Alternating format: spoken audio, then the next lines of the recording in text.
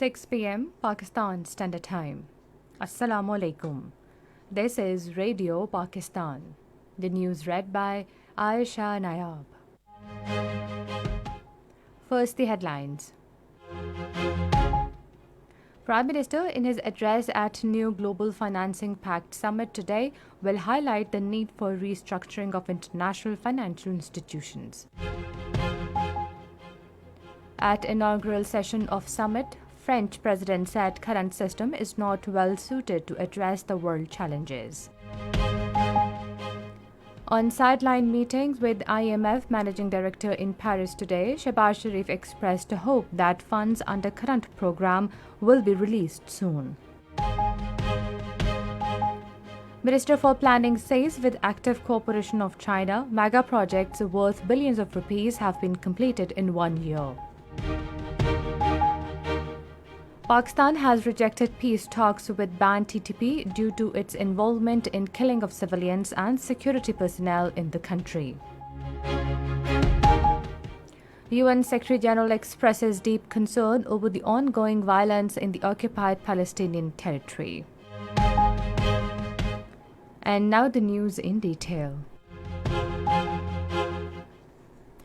Prime Minister Mohammad Shehbaz Sharif will deliver his keynote address at New Global Financing Pact Summit being held in Paris today. The summit, which is being attended by over 50 heads of states, will conclude tomorrow. The Prime Minister, in his address, will highlight Pakistan's position on the need for restructuring of international financial institutions to fight the contemporary challenges facing humanity. French President Emmanuel Macron says the global lending system must adapt to fight climate change. Speaking at the inaugural session of New Global Financing Pact in Paris today, he said the world needs public finance to fight against poverty and climate change. Macron said the current system is not well suited to address the world challenges. Earlier, Prime Minister Mohammad Shehbaz Sharif also met Saudi Crown Prince Mohammed bin Salman. Besides discussing the matters relating to mutual interest, the two leaders agreed to further expand the shared actions to promote bilateral cooperation in diverse areas. Prime Minister held a meeting with the French President Emmanuel Macron at the sidelines of the New Global Financing Pact Summit being held at Paris. He appreciated President Macron for convening the New Global Pact Financing Summit. Speaking on this occasion, Shehbaz Sharif hailed the French president's bold step towards a system based on financial justice with developing countries. The President of Egypt, Abdel Fattah al-Sisi, met Prime Minister Mohammad Shehbaz Sharif on the sidelines of New Global Financing Pact Summit in France. During the meeting, the Prime Minister termed the establishment of Loss and Damage Fund during COP27 conference held in Sharm el-Sheikh at the global level as an important development. The two leaders expressed the resolve to further bolster the bilateral relations. Prime Minister Mohammad Shehbaz Sharif met Managing Director International Monetary Fund Kristalina Georgieva on the sidelines of New Global Financing Pact Summit in Paris today and exchanged views on the ongoing program and cooperation between Pakistan and the IMF. The Prime Minister outlined the steps taken by the government for economic growth and stability. He underscored that all prior actions for 9th review under the Extended Fund Facility have been completed and the government of Pakistan is fully committed to fulfilling its obligations as agreed with the IMF.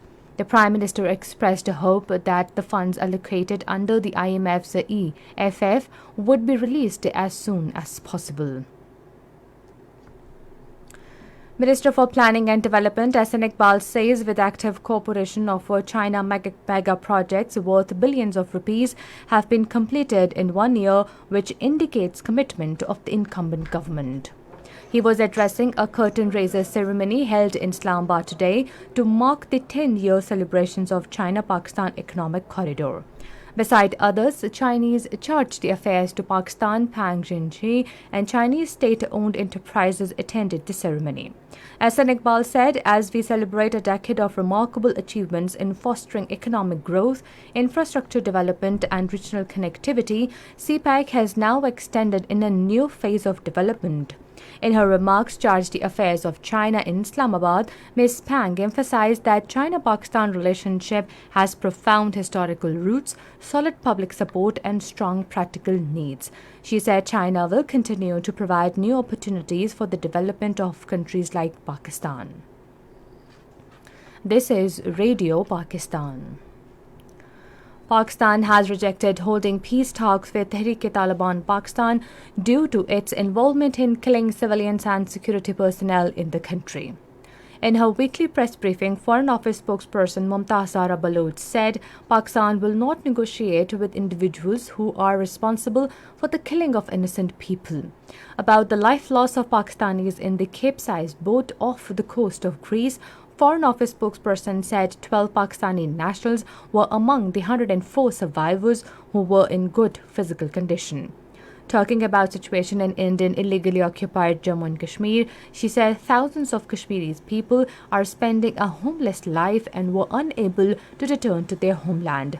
She urged that India must bring an end to the climate of fear and persecution in Indian illegally occupied Jammu and Kashmir and bring peace in the lives of the Kashmiri people. Foreign Minister Bilawal Bhutto Zardari will undertake a 2-day official visit to Japan from 2nd of next month at the invitation of his Japanese counterpart Yuhimasa Yashi. The Foreign Minister will address bilateral trade and investment, cooperation in science and technology, education, information technology, culture and human resource development. Defense Minister Khwaja Mohammad Asif says those who move the Supreme Court against trial of civilians in military courts have political motives. Speaking in the National Assembly today, he said it is not the first time that the trials of civilians will take place in military courts. He said there are precedents of these trials and judiciary has also endorsed them on various occasions in the past. Responding to the points raised by different members, Minister for Federal Education Rana Tanveer Hussain said that all the minorities in Pakistan enjoy complete freedom and protection under the country's constitution. The minister said that he took immediate notice of the letter issued by the Higher Education Commission banning the Hindu festival Holi in universities. He said that on his instructions, the letter has now been withdrawn. The chair in his remarks also termed the letter banning the Holi festival in universities as illegal and contrary to the constitution.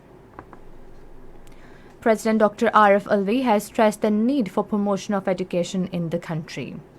Addressing the concluding session of the 2-day international conference on health research in Peshawar today, he said more than 20 million children are out of schools. He termed this number alarming as it makes 10% of the total population of 250 million people. Minister for Religious Affairs Talha Mahmood visited the main control office of the Pakistan Hajj mission at Makkah to review Hajj arrangements and potential challenges. Radio Pakistan correspondent from Makkah Javed Iqbal reports that during his visit, Director General Hajj Abdul Wahab Sumro gave a comprehensive overview of the Hajj arrangements. The minister emphasized that the safety of pilgrims is of utmost importance in the Hajj arrangements. The United Nations Secretary General Antonio Guterres has expressed deep concern over the ongoing violence and loss of life in the occupied Palestinian territory. UN Deputy Spokesman Farhan Haq in a statement said that the Secretary General also expressed concern over events in Jenin killing of Palestinians and said Israel, as the occupying power, must ensure that the civilian population is protected against all acts of violence. The UN chief also called on Israel to abide by its obligations under international humanitarian law. And finally, the weather report. Very hot and humid weather is expected in most parts of the country, while dust raising and gusty winds are likely in plain areas in afternoon during the next 12 hours. However, dust, thunderstorm and rain is expected in northeast Balochistan, Kashmir and adjoining areas. And that is the end of the news. For more news and analysis, log on to our website radio.gov.pk and also watch live video streaming of our bulletin on the link facebook.com/Radio Pakistan News Official.